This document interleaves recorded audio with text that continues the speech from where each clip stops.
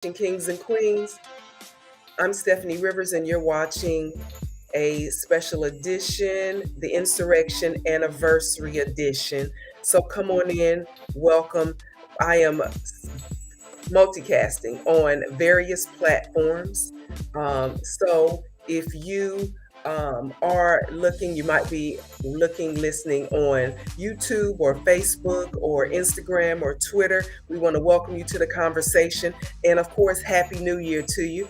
And I want to thank my subscribers. We're growing every day. My latest subscriber is Imhotep Muhammad. So, Imhotep, if you email me at info@stephanierivers.com, I will send you a thank you gift. You are my 101 subscriber. So welcome. Welcome to the team. Now, more than 600 armed white people have been charged due to their involvement in the January 6th insurrection.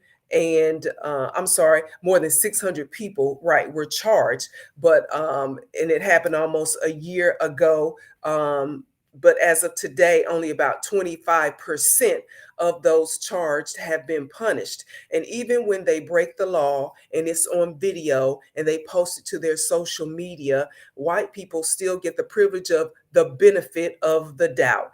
John Sullivan knows that better than anyone. He's our guest today. He's the first Black man charged for his involvement in the insurrection, and he is here to talk about it. So stay tuned.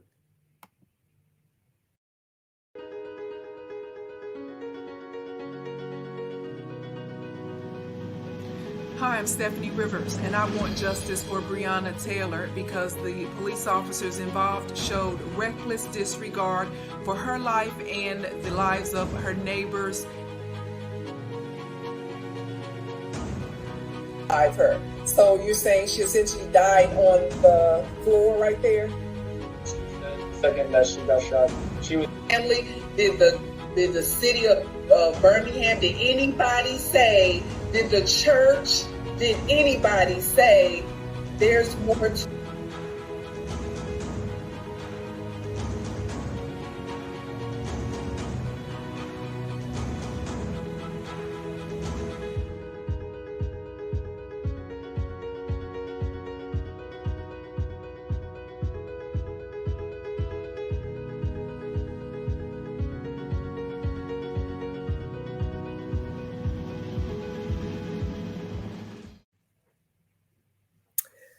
Hello and welcome to the show. I'm Stephanie Rivers and this is my journal.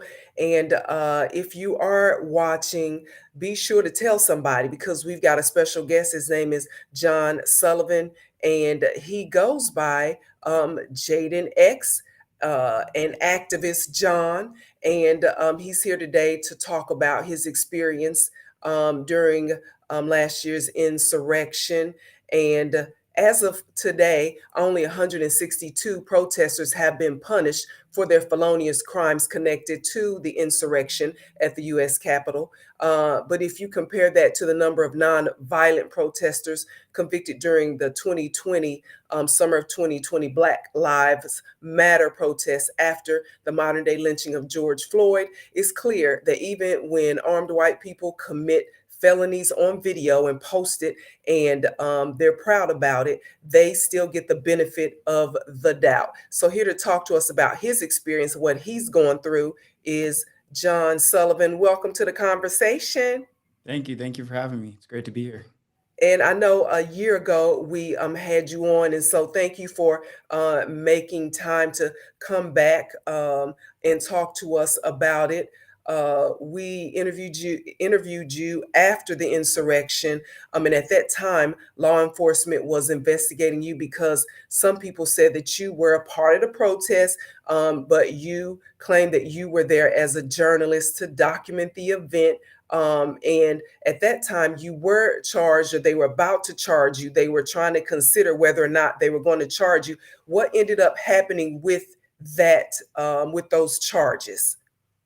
Yeah, I mean, I got charged off of the criminal complaint that they filed. That was a year ago. It's crazy to think that a year has passed.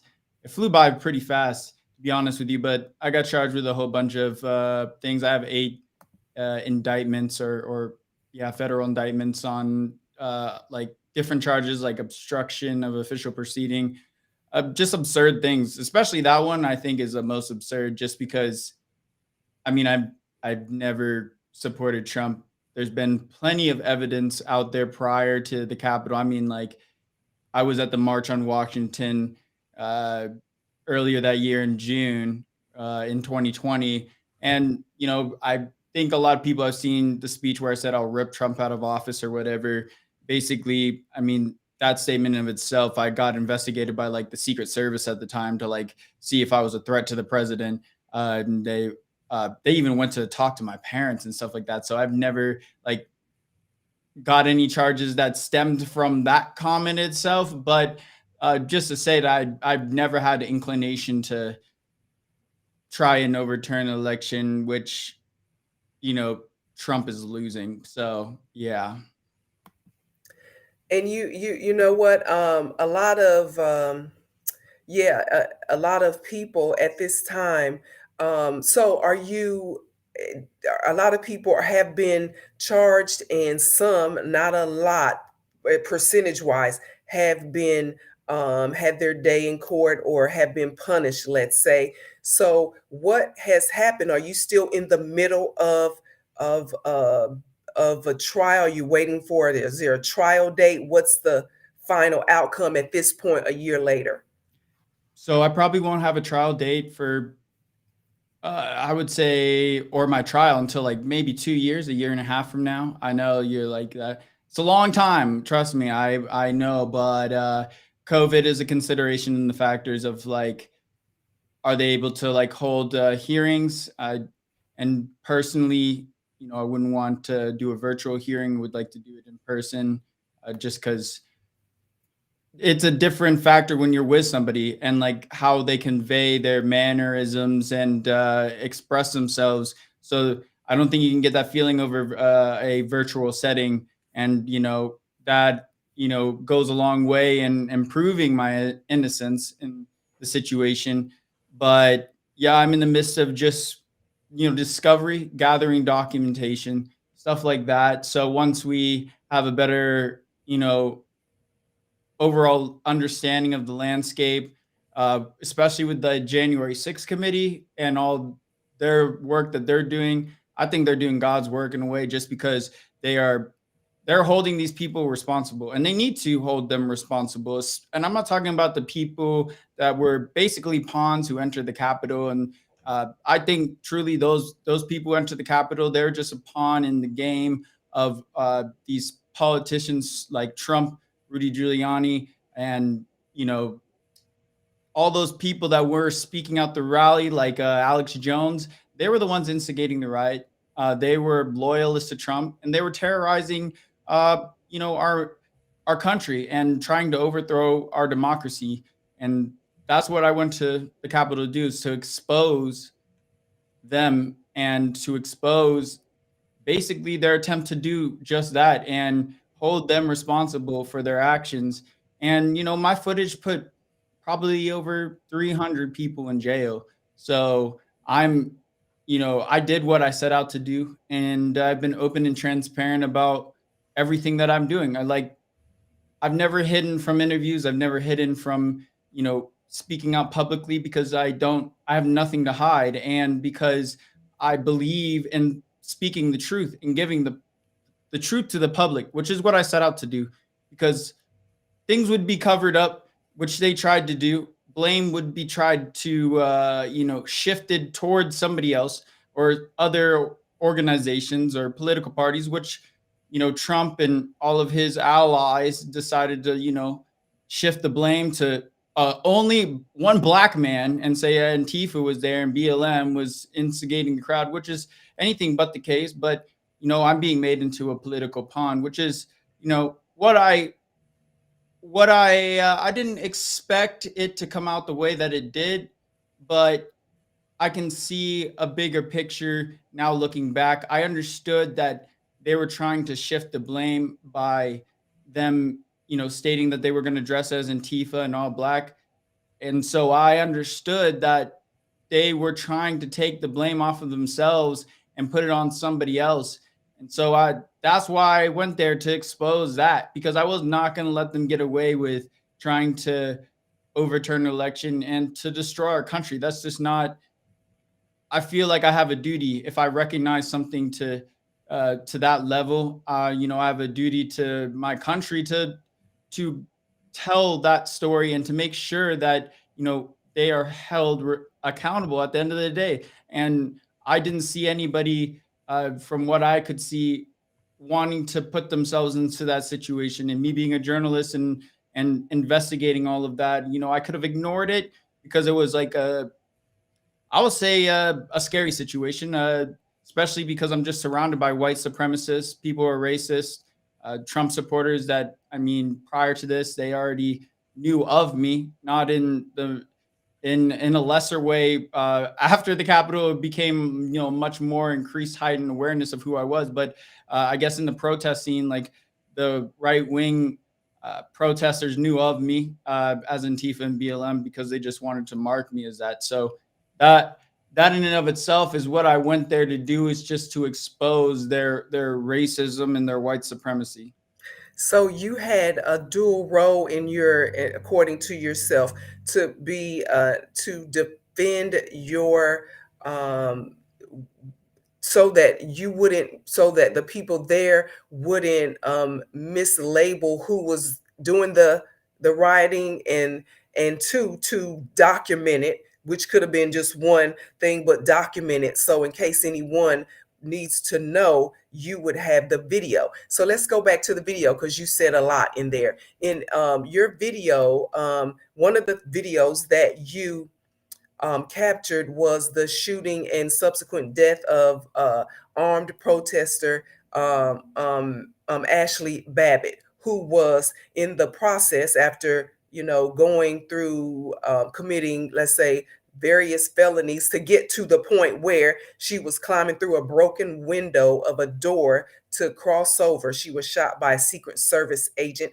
and died. So your video was used and is being used to show, like you said, the intensity of what was going on. But it's been used by mainstream media. It's been used by people on Capitol Hill to investigate the issue, and it's been used by law enforcement to, like you just said, see who was there and use that video to document and to charge people. And then when you sold the video, which is what journalists do, freelance journalists do, they sell their video, and you got a certain amount of money for that, a lot of money, at least 90,000 or around that. And it was subsequently, that money was seized by law enforcement. Tell us, like, what happened? You put it in the bank, they seized your funds. Like, how was that? And is that normal in your opinion? I'll try and touch on some things. Just I also have to be careful of what I say, just because I am facing charges or whatever. But what I will say about the situation is, like you said, I sold footage, as every journalist would do. I mean, I find it hard for them to.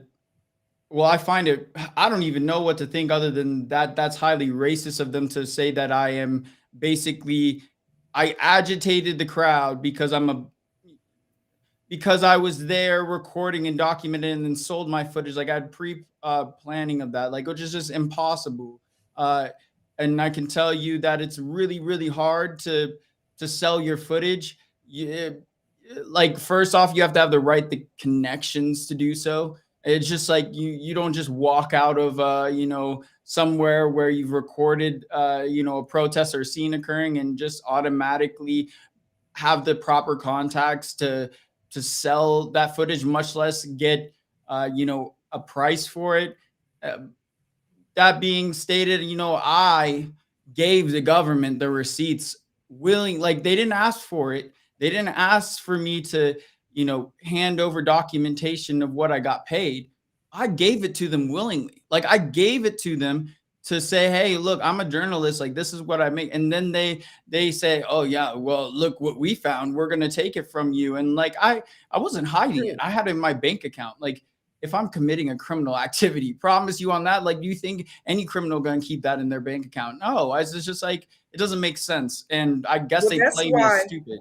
Yeah. That's why one of the things, sorry to cut you off, but I was thinking to myself, now if he knew, or intended for this money to be looked at as he obtained it illegally, why would he put it in an account where people could readily have access to it? Looks like he wouldn't have done that. But you're saying you considered it to be an above board transaction and you were trying to cooperate, and this is what happened in response.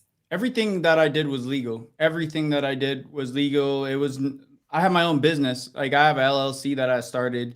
And so it's not like I was doing under the table deals. Like I signed contracts, license agreements, and it took me quite some bit of time to like go through all of that. I got everything approved by a lawyer. Like they looked at the documentation. So it's like well above and beyond just, you know, me doing a transaction with a news outlet. Like I I did it in the most professional way that you could possibly do it, given the circumstances and the gravity of the situation. Like I was working out of my laptop in a hotel, like, and just rushing around to take all these different calls to make sure one, the truth was told, because there's many factors of like, are they going to cover this up? You know, are they going to, you know, come into my hotel room and raid my stuff and take it because they don't want the truth to get out. And at the end of the day, I'm a political pawn in the situation. They want the right wing supporters. They don't want the truth to get out.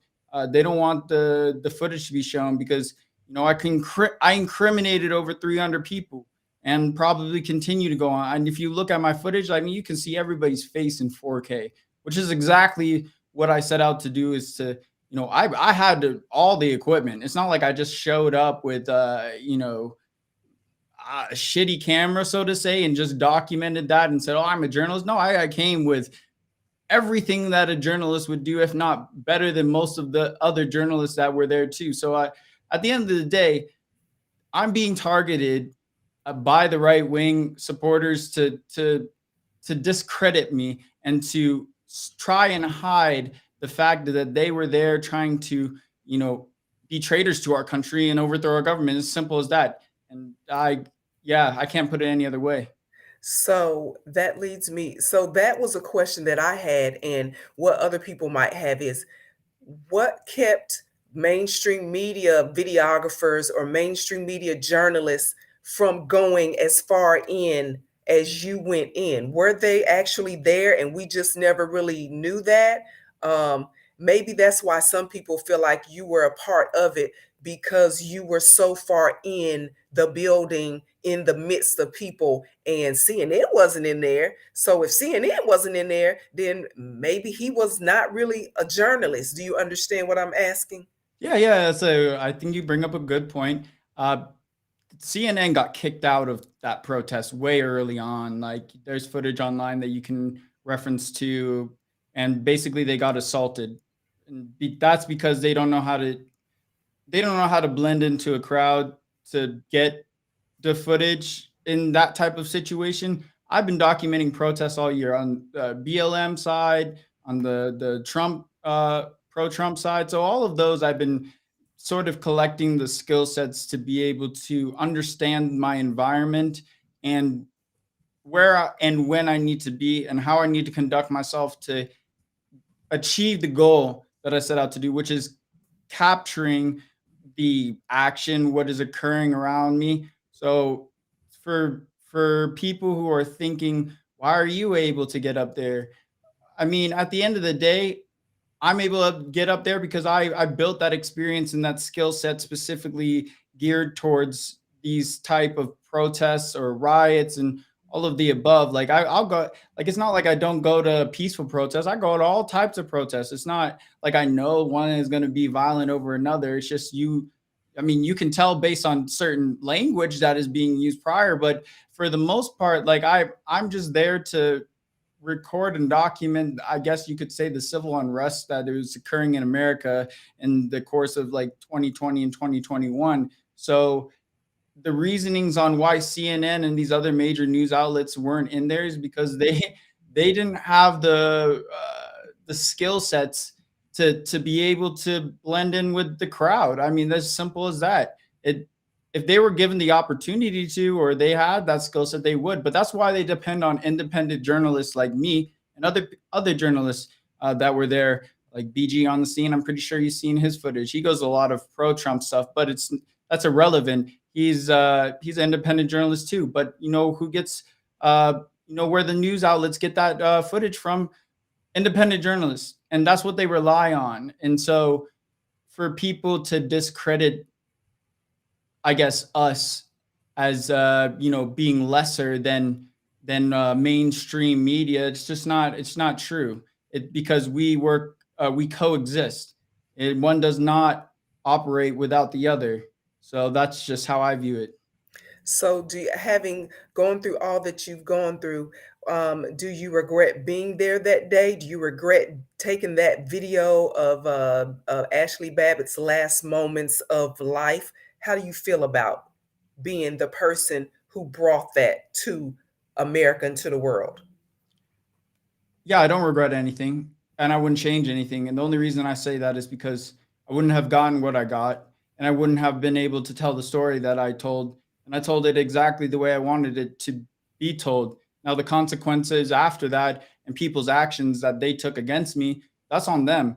And I can't change that either way, even if I wanted to. I can control my own actions and what I do. And I did everything right, and I did everything the way I wanted to do it. So, am I disappointed in the way people have, I guess, proved me right and wrong on how they would conduct themselves? Yeah, I'm disappointed in that. I'm disappointed in, I guess, America in and of itself, and more so, everyone who is a Trump supporter and who's at that Capitol. I'm disappointed in the way that they conducted themselves and blatantly showed, just hatred towards, the police one off. I'm not a huge police advocate, but nor can I get down with you beating a cop with an American flag and disrespecting our country in such a way of beating a cop with an American flag. I mean, that in and of itself is just you're calling yourself patriots, and how can you even begin to say that? So no, I wouldn't change anything. I don't regret anything at all. Well, since then, and it started as towards the end of 2020, and after certainly 2021, the insurrection, a lot of local law enforcement, they've come up with their own rules and regulations that curtail people's freedom of speech habits, whether it's protesting and how you can protest, and if a business owner perceives you to be threatening, what they can do to you and still have the law on their side. They've changed a lot of things. We know grassroots protests work, and have for years. It allows people to express themselves and let others know in and around them in their community, that what's going on with me should be of your concern as well, because it could be you next. And so, my question is, have you changed the way? Have you noticed what I just said is going on since you do a lot of journalism work for different protests? And have you changed the way you do grassroots journalism and grassroots activism in your community? Yeah, I mean, as of now, I mean, I haven't been able to really do my journalism because I've been on pretty much confinement in my state. So there's that. So I've had to like sort of shift my, I guess, goals or what I want to do in the meantime, which I've pursued music and I guess you could say videography, which it kind of coexists with my journalism because I'm a video journalist, except I'm more so telling a story instead of going out there and documenting, I guess you could say, scenes in real time. And as far as the grassroots go, I would say I've seen a shift in how things have been told and are being told on, the grassroots level in journalism. One, people are more cautious because they have, it's not just me, other people have been going out there and getting charged who are independent journalists, and they have to like be uh I guess dragged through the mud in a way, and nobody wants that, so they are more going so incognito under an alias or just a broad spectrum of the organization and never really revealing their name, which makes sense in a way, but that's suppression in and of itself. And then for the protest with like BLM and the grassroots for, I guess, civil rights activists, uh, I would say it has changed only because I wouldn't say the frustration is gone. I would say that it's shifted into something of people are tired of getting, continuously brutalized by the police and the judicial system on the streets every time they want to go out and speak out against the corrupt system that is suppressing them, and they're receiving negative consequences because they're expressing their First Amendment right. And I find that to be disheartening in a way. But I mean, I couldn't really say that that's something I wouldn't have expected if you just look through American history and white supremacy in and of itself. It has a tendency to limit people who advocate for equality. They tend to suppress their voices and to try to discredit them in every single way that they can, which is what they're doing here. So when we spoke a year ago, and I asked you, so how did you know where these people were going, that the protest was going on? Because most of us were just going about our day and saw it on the news.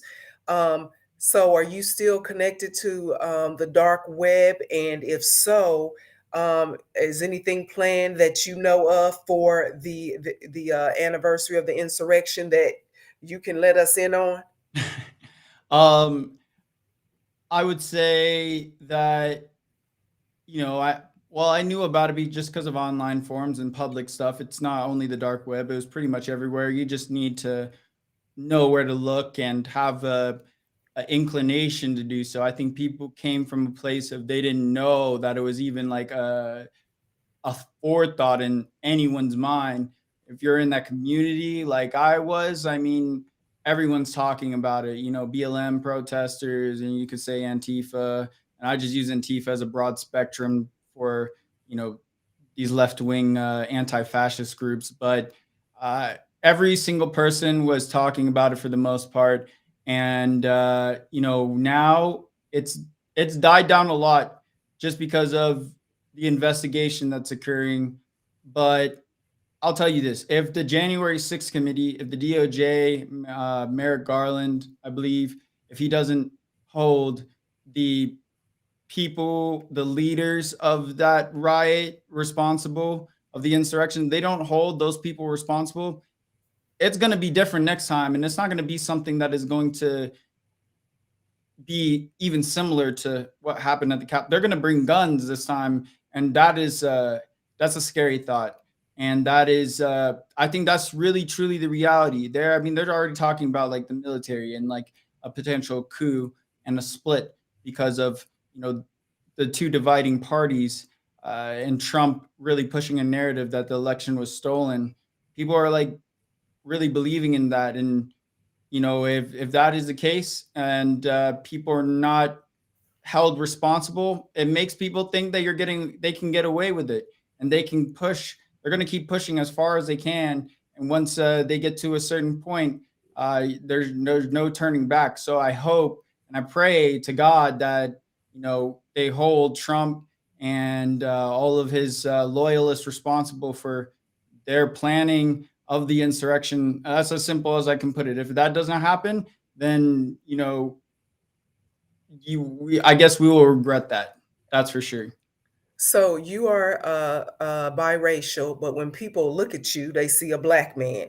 Um, what experience? What did you take away from your interaction because of January 6th with the police officers, with law enforcement after the fact, dealing with you as a Black man versus how these armed white people, because you just said it, they were able to. That was my initial thing when I saw, when I looked on television and saw this. I thought, do Capitol Police officers not have weapons? Why are they not actually shooting anyone? Not that I wanted to see somebody get shot, but I know how they are with unarmed Black people. They'll shoot you in a minute. Okay, some of them, not all of them, we know that.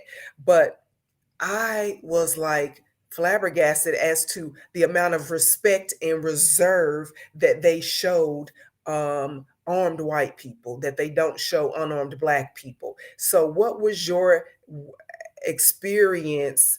How do you feel about your experience over the past year, and how you've been treated by law enforcement? That's a good question. I think that's important to sort of talk on. If we're going to take the day of the Capitol, and I think we have to isolate situations as far as like me being, subject to basically a public lynching by the DOJ from, the Trump supporters and Trump himself who decided to target me and come after me. That's a different, there are two different situations there. At the Capitol, I would say it was definitely planned by, Trump supporters Trump and the police, right? To specifically, make sure that there wasn't enough security there that day and make sure they were understaffed and I guess not equipped with the right equipment, like you stated. And I find that not to come from the individual officers that were manning the front line, so to say. That comes with higher up officials, commanders within the police force. They were the ones who make the actual decisions on, whether they're going to go out there armed or not, how many people are going to be there. Those people need to be investigated.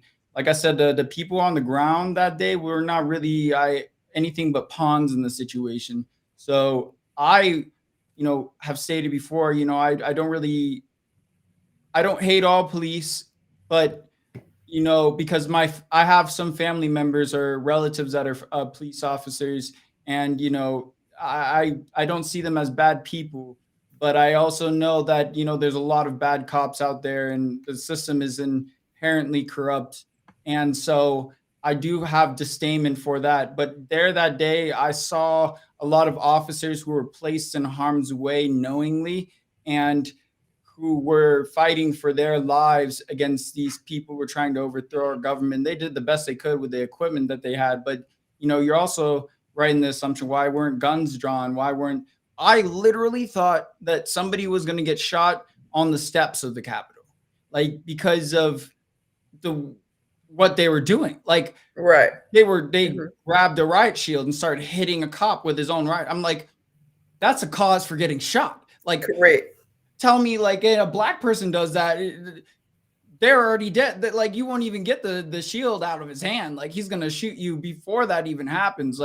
And much less than that. You could look at an officer in the wrong way, and he's gonna draw a gun on you. So Mhm. God, I was for me, I was just shocked by that, and I couldn't really grasp the reality of what I'm seeing, other than you guys are catering towards these Trump supporters. And I only can point that to, something that has been worked on behind the scenes of, oh, let's put up some resistance. Let's show some resistance. And then let's let them come in. Let's roll out the red carpet to allow them to get into the Capitol.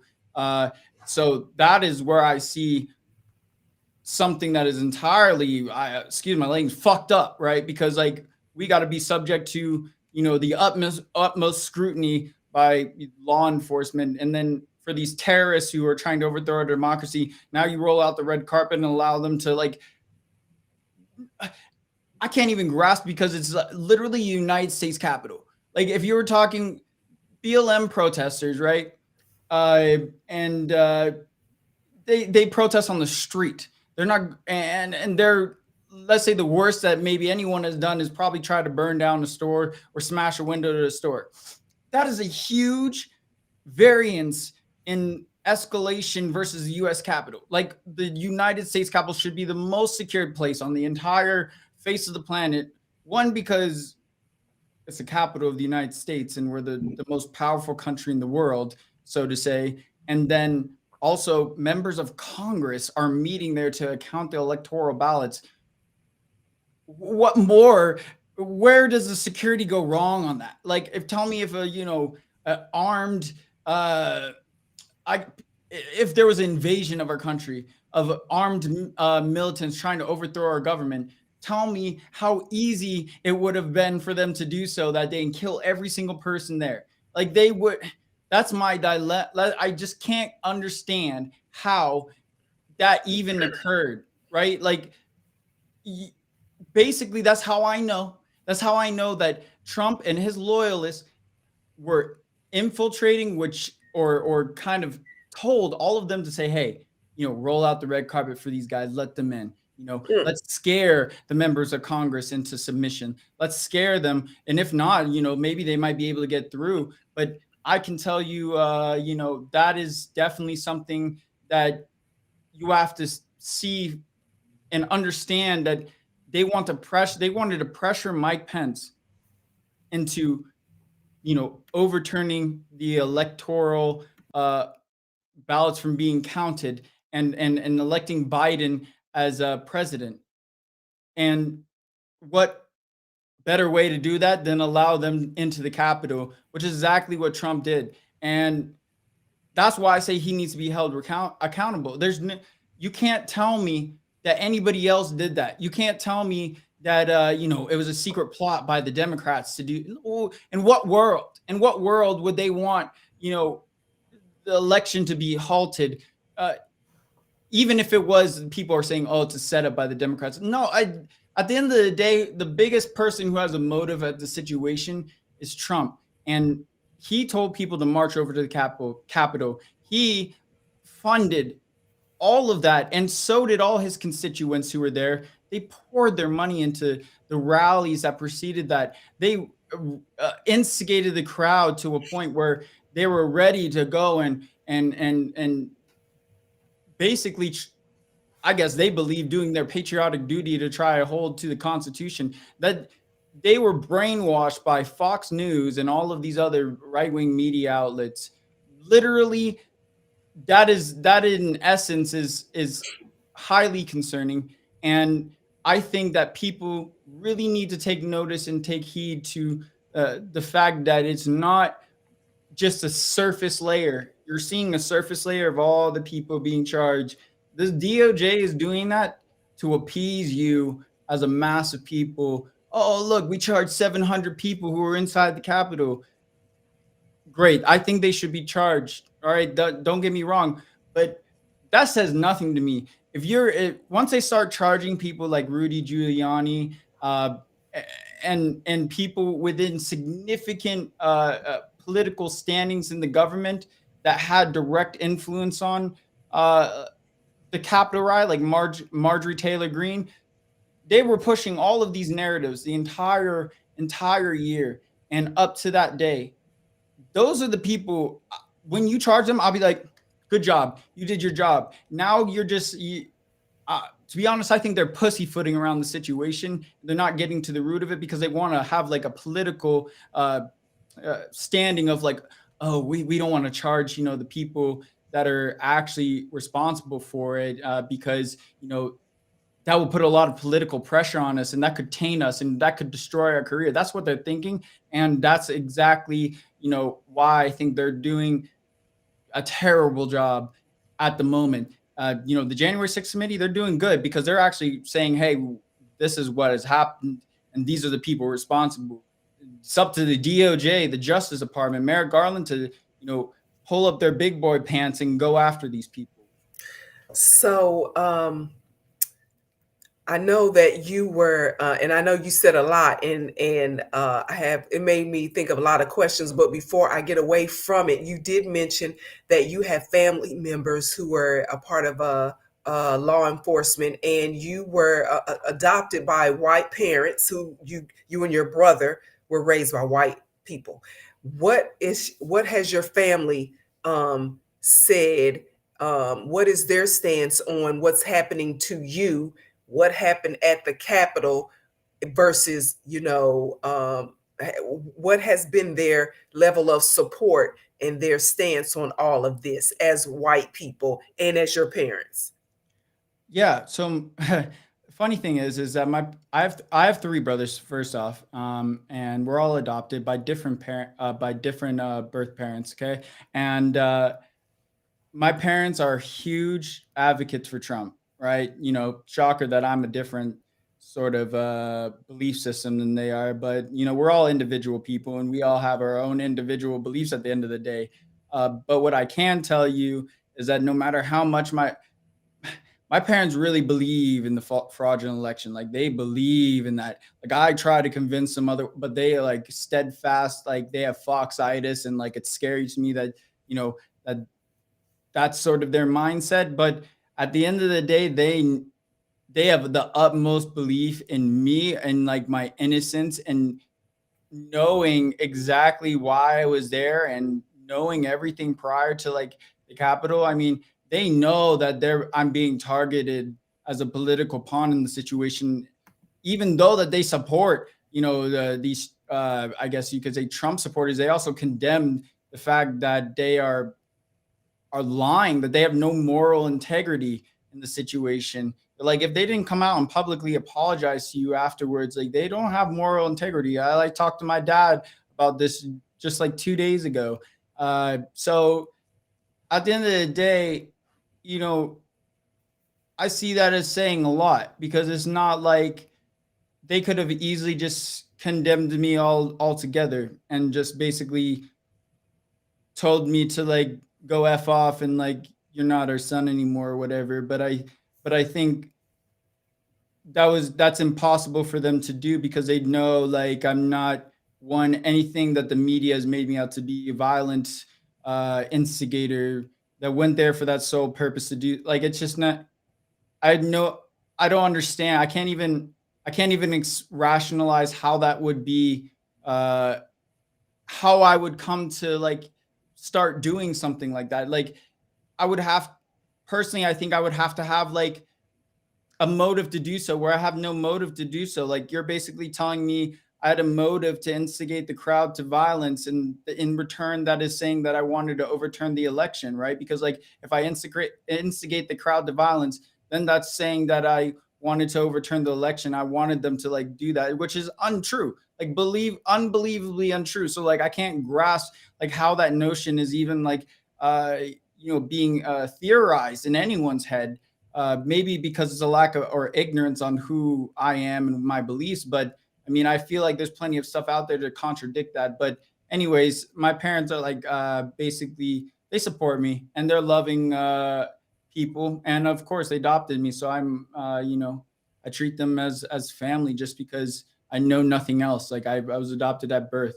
They're my mom and my dad. I don't view it as anything other than that. So, you have written a book about your experience, or you're working on that book about your experience leading up to and during the insurrection. Um, how is that book coming along? Where can people find it or get excerpts if they want to follow you? Of course, of course. As of now, I'm working on it behind the scenes. I mean, I'm probably like 600 pages or so as far as the book goes. And it has references to basically every single thing that I have experienced over the years, like links to videos, because I've really documented everything via my camera. Like there's nowhere that I went that I didn't record. Like I live streamed me just walking around downtown Portland and just conversations that I have with people. So it's like I have every single thing I've done over the past over the year of 2020 leading up to the January 6th. So it's interesting because I can literally reference that to everything that I write about, and then also use all the social media postings that people made and all of that stuff to like go into it. So like I put a great amount of effort and detail into what I'm writing. But as far as any content that's out there, it's not out there right now just to you know protect myself because the government will just make up every single any reason to say you've done something, even though you haven't done something, because they can lie out their teeth and no consequences come to them, which is, yeah, I find an issue with that. But you can follow me on social media, the Jade X, so JAYDX. And if I have any updates on my books or any other, updates on the Capitol riot itself, I'll be posting there. Okay, so you said they can follow you at the Jade X? Yeah. THEJAYDX. Okay, I'm just typing that in. Or you can go to www.jadenx.net, and it has all my social media links there, and all the updates as my blog and everything like that. So, Because you're also doing music now as well, and you do have a YouTube page. So if they want to listen to your music, and here's a question, and then we're closing up. I see that you have on black nail polish. Is that nail polish? yeah. Now, here's the thing, I see a lot of guys, traditionally women wear nail polish. Traditionally, guys don't, but I see a lot more guys wearing nail polish these days. And I've often wanted to ask them why, like, what does that mean? What does that stand for? And so, since I know you well enough, I think I could ask you, and not that your answer will be for everybody, but just a start for those of us who have no clue. What's like, how did you start wearing? What does that mean when a guy wears nail polish, black nail polish? Yeah, that's a good question. I don't think, like you said, my answer will cover everybody's sort of viewpoint on why they do it. But for me personally, I'm wearing this one because gender roles have been really defined by our times and constricted by society. And why is that? Why do only females wear nail polish and not guys? And why is there sort of we place people and genders into categories, and we make these societal norms based on how we perceive the opposite sex should be and shouldn't be. And personally, that's why I wear black nail polish, because I like it in a way, and it's different. And it's not like I wear it all the time, but I'll wear it during certain occasions that I feel worthy to. Just like girls, I mean, they'll put on nail polish whenever they want to. It's not like they have a bias towards one situation or another. Maybe sometimes if they're getting ready for a special event, they'll put on nice nail polish or whatever. But personally, I just want to bridge that gap, because it opens your mind and to perspectives and to situations that you might not think of, because you're closed-minded in a belief that one gender role should be in one category versus the next. I believe in. I'm very philosophical. I just have that tendency. I read a lot of books on sort of that theory on mastering yourself and like becoming better, and sort of the progression of civilization itself. But for me, I wear this because I want to have a better mindset and a more open mind to life itself, and that helps me identify trends and occurrences, like how I knew about the Capitol. Because I open my mind to these theories that maybe people might not think of, and the only way to do that is push, the norm, push what you're normally, thinking about, and bridge outside that box, and think outside the box. But you have to embody that. It's not just like saying you'll think outside the box. It's not just saying that you're going to be more open-minded. It's actually practicing that, and this is, I guess, one of the ways I do it. Sort of a long answer. No problem. Now you can ask me, why am I bald? Because that is one of those things where men are traditionally, they might do the bald head, but women traditionally don't. And so I just incidentally did a video last week about my hair journey and why. But so I totally get what you're saying. Being not just saying you're going to think outside of the box, but actually participating in venturing in that way. And here's what I find, John. It's always, let me not say always or never. It seems that the people who most need to venture and have an open mind are the ones who are not going to do it. It's always the ones who are trying to be inclusive who end up doing the most work trying to meet.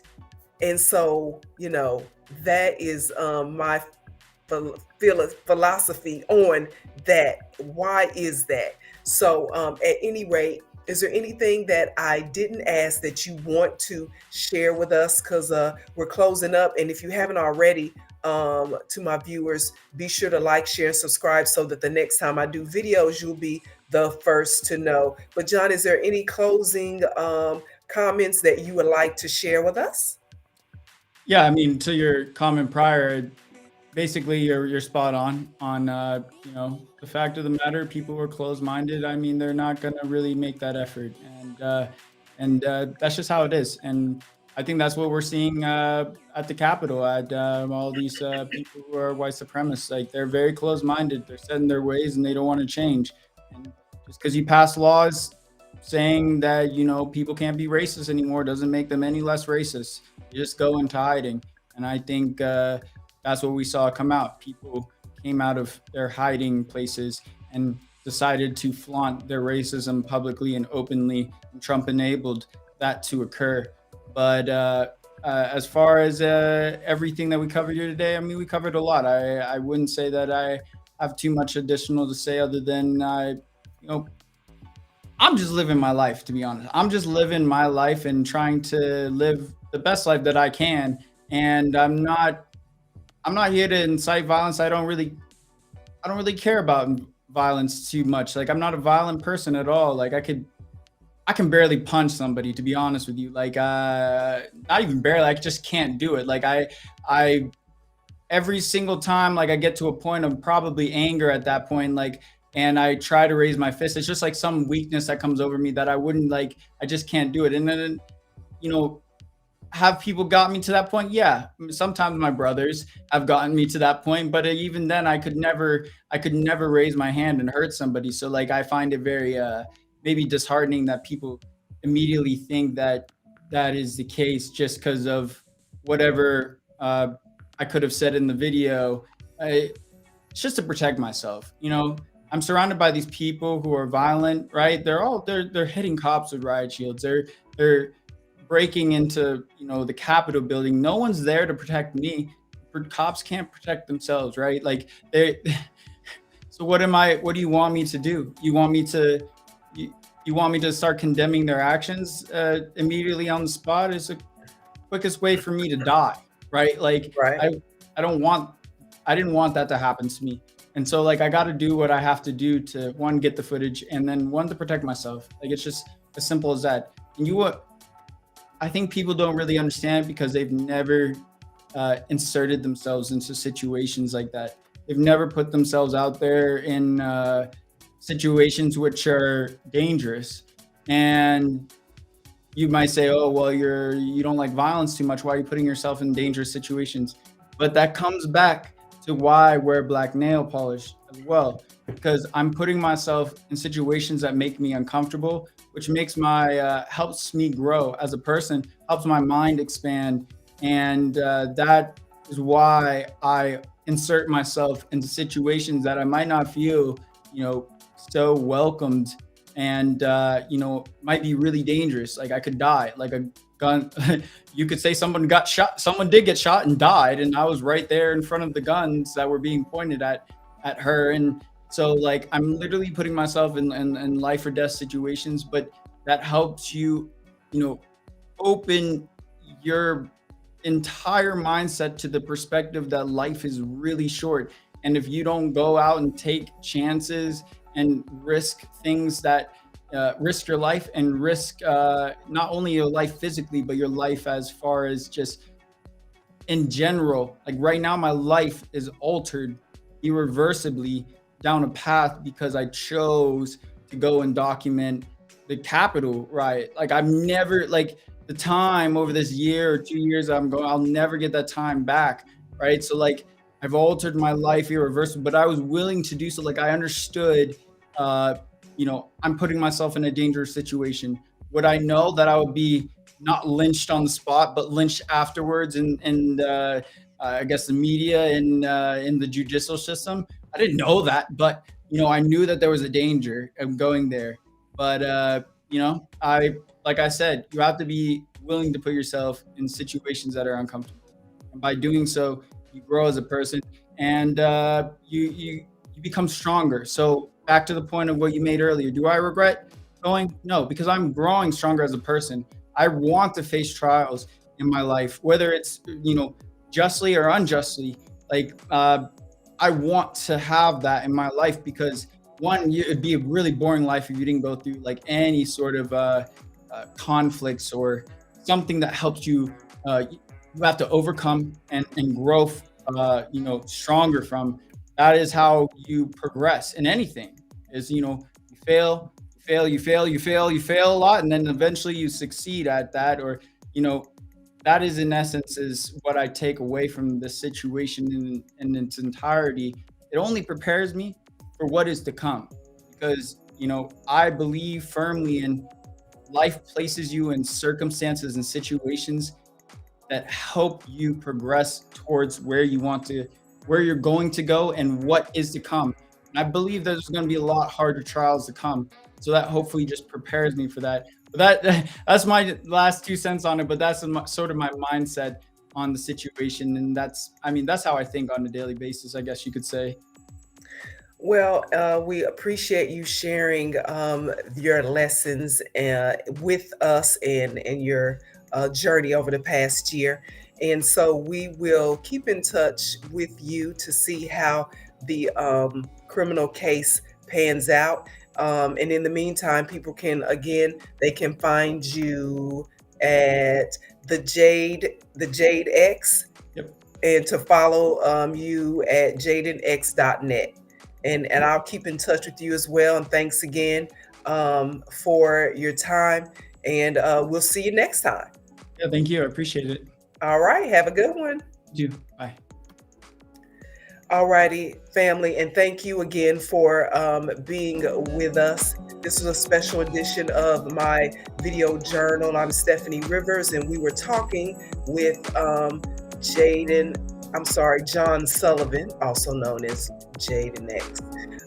To find out more about the things that I care about, you can go to the written version of my journal. That's at eurweb.com. Thank you so much, and you have a super day and a happy new year.